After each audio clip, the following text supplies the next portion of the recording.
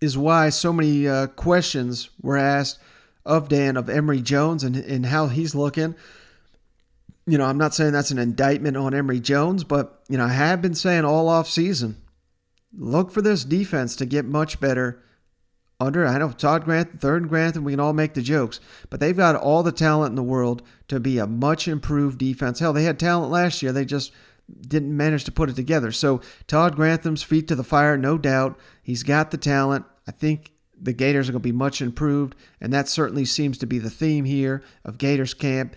And maybe that's why Dan Mullen was seemingly asked 5, 6, 7 Emory Jones questions, but he's all over the map. And let's kick it over to Dan Mullen talking about his quarterback, Emory Jones. Okay, sure. Well, then, Emory, do you notice a difference in the timing with him and receivers? Speaking of him this offseason, since spring to now, it sounds like they put in a lot of work, like multiple days a week and nights and all this stuff.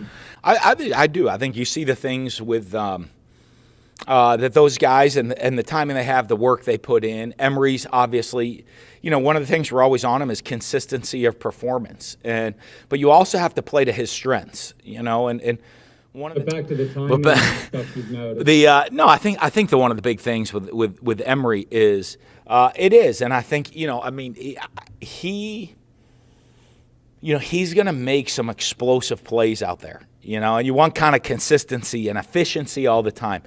And that might not be his game every play. He's going to miss some things here and there, but he's going to make some explosive things on the other side of it, if that makes sense. All of a sudden you're like, boy, we got to hit that 90% of the time, and he might be in the 80% of the times hitting something. But there's other things he can do that is so electric and that he can create. That you don't want to kind of box him in. You want to let him play to his strengths. Obviously, I think his timing with the guys have got better. His control and understanding of the offense, his reads, I think, have gotten much better of where he's going with the ball. And then his ability to create and make plays is pretty special. Dan, with Felipe Franks, your thing with him was kind of not just making the spectacular play, making the unspectacular play. Mm-hmm. And then I just heard what you said with Emory and not wanting to kind of box him in. How do you kind of balance that? Does that make sense? Well, yeah, I think it is. I think it's playing to the strengths because you still have to make the unspectacular plays. You still have to manage the offense, and take what they give you, if you will, so that gets into making the simple plays on a consistent basis. And that's how that works. And so your quarterbacks always have to do that. Guys sit there and say, okay, hey, I want to just, I'm going to launch the ball deep every single play. Well, then if you're giving you triple coverage, you better be able to check the ball down as well. And so I think that's part of it, of being able to make sure that's more managing the offense in that way. And a guy like Emory, the same way, he's got to do a good job managing the offense.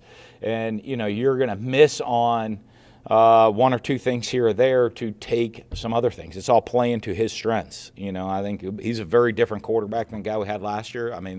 Extremely different. Does some things way better, some things not as good. And our job as coaches to make sure we're putting him in position to do the things that he does well. Again, back to Emory real quick. We all know he can run and throw, but how far has he come and how much more does he have to grow to get to maybe Kyle Trask level in terms of pre-snap reading and getting through his progressions? Yeah, Kyle did really well. Yeah, hard to compare those two because we're going to give him some more leeway. You know what I mean? There's times I don't want him to get through the progression. I'm on him. A lot of times in camp, you have that fine line where you're like, hey, make sure you're going to stand in the pocket. You're not allowed to run, go through the progression.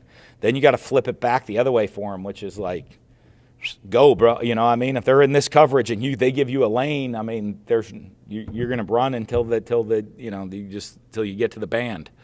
And, and so he, there's that aspect to it. But I think he does. You go through the scrimmage last night. I thought his decision making was really good. I think he had made some really good decisions. Is that in some regards tougher as an offensive coach to coach, like the decision making part? No, I think I think you get caught up. You get caught up with players when you coach somebody. And then you expect guys to be, oh, okay, you're just going to coach him to be like this guy. And I mean, I go back to, I remember that going back to coaching Alex Smith. I'm a young coach coaching Alex Smith. Here I am, I coach the number 1 pick in the draft. And, you're thinking, hey, I must be this unbelievable, spectacular coach. I coach this guy to be the number 1 pick in the draft. And so the next guy comes along, I'm just going to coach him the same way, and he'll be the number 1 pick in the draft. And no, it doesn't work that way. It is, you really spend time of not, I don't need Emory to ever be like Kyle. I need Emory to be like Emory. And my job is to get the best Emory I can get.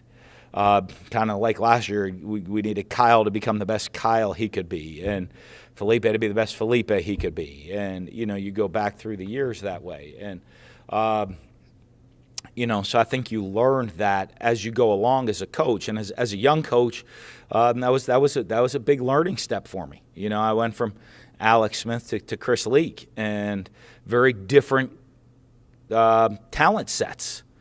And I had to coach, and all of a sudden you think, okay, well, what worked for one doesn't work for the other, and then you got to better learn that early on as a coach, that you got to not only do what the individual does well, but coach to the style of the individual to make him learn the best as possible and how he learns.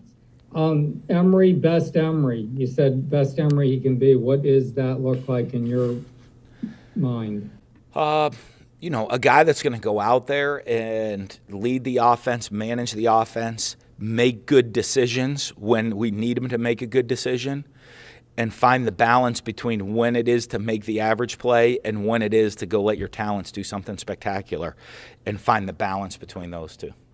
So some really interesting comments there. I mean, these are different than his SEC Media Days comments, to be sure, where he pumped up Jones every opportunity he could get. Now he's talking about the hits and the misses that are natural, which maybe he's just being realistic about how Jones is going to perform. I don't know, but that's something to file away in the back of your head. I mean, Florida has got Alabama week 3 of the season. That's one that I've been circling Alabama on upset alert. So if Emory Jones is not capable passer, certainly that's not going to be the case. So he's not going to have a ton of time to figure things out before he's got the toughest test of his career, week 3 in the swamp. But again, if the Emory Jones shows up that Dan Mullen was talking up at SEC Media Days, the Gators are going to be just fine. Now, the other things that Dan Mullen hit on, I thought this was pretty interesting. Justin Shorter, of course, who made his debut last season for the Gators after transferring in from Penn State, former 5-star recruit. His time to shine right here, time to step up. And more importantly here, again, we give Dan Mullen all the credit in the world on this show for knowing his talent, getting the most out of it. And that is something that he hits on here with the balanced attack coming back to Gainesville and how that is going to keep defenses on their toes this season. One specific person question then, though. Based on just pure history, it seems like Justin Shorter would be in line to sort of take the next big step in the receiver unit. What have you seen from him? This is a former 5-star, a big guy. Does he kind of understand this is his year? Yeah, I think one of the things that I've seen from him, and if you ask most of the people on our team and even the coaching staff, is his work ethic of, how he comes to work every single day. From the minute he's at the start of practice till the end, he is grinding, giving you everything that he has. And the great thing of that is you see it in the results. I think he's playing at a much, much higher level than he did last year, much more consistent level, much bigger playmaker level than he did last year. And, it's not a surprise with how hard he works day in and day out that you see that improvement. And a question about the offense and a little bit about the nuances. I know you aren't going to explain the whole thing, but as we understand it, you've got a good bit of depth, it looks like, with 5 running backs and, a nice group of wide receivers, tight ends, etc., quarterback good. It appears as though, without giving us a playbook, that you're going to be able to be more multiple, you'll be able to be more balanced. Can you explain to me exactly what that does to a defense when you put the pressure on the linebackers and corners with RPOs. And Emory is so talented at both. So Yep. this will be a different kind of offense. How? Well, it is because you're looking at the strengths of the players right now. I mean, if you go to last year's offense, hey, you had a drop back quarterback that was extremely accurate. You had some talented receivers that you could spread the field, and they could win 1-on-1. So the defense at that point, you go watch, you're seeing a lot of drop 8 in coverage, 3-man rush. Of just saying, hey. If we rush, if we create 1-on-1s, this guy's going to take advantage of those 1-on-1s that are out there. This year's team, as you said, we're trying to find where our depth comes in, and you have a couple running backs that have shown they're going to be ready to play. We have a couple both quarterbacks have shown they're ready to go play. Building up that number of receivers, that there's a group that we feel comfortable with and a group that are still right on the edge. Same at tight end. The two we feel pretty comfortable with. A couple on the edge, in offensive line. Probably 6'7", 7-ish we're getting comfortable with, and a couple more right on the edge, and to get it there. But what you do is it's just gonna change. You're gonna be a different scheme, and so you have different guys, different playmakers. You're gonna put guys in different position that are out there on the field. Obviously, the threat of quarterback run, whether it be a design quarterback run, whether it be an option run, or his ability to go scramble, puts a lot of difference and a different type of pressure on the defense. And as you put on different personnel groupings. Last year that you looked at the tight end position, and Kyle Pitts was a guy that, we'd move around to play a lot of different positions on the field. This year the guys that are probably the multi-position guys are and Kadarius Toney. Those are guys that they run. Is he playing running back on this play? Tight end, slot, motion them into the backfield, receiver. Where are they playing? This year, but last year, and you had all those, but you always knew exactly where the quarterback was going to be. Okay, this year you have, maybe the running backs are going to be guys with a little bit more multiple abilities to do different things on the field with the skill set that way, and certainly the quarterback. You got to figure out, you better know where the quarterback is. Last year you always knew exactly where he would be every play. This year you have no idea where he's going to be, and you better account for him. So it just puts a totally different pressure on the defense. All right, so that's the game plan apparently, but of course no one's seen it. No one really knows if that truly is the game plan.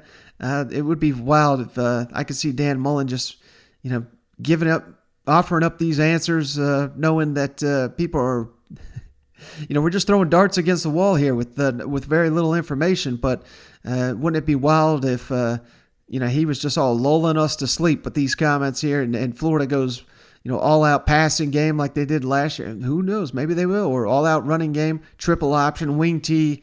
Of course, that's not going to happen, but it'd be pretty wild, wouldn't it?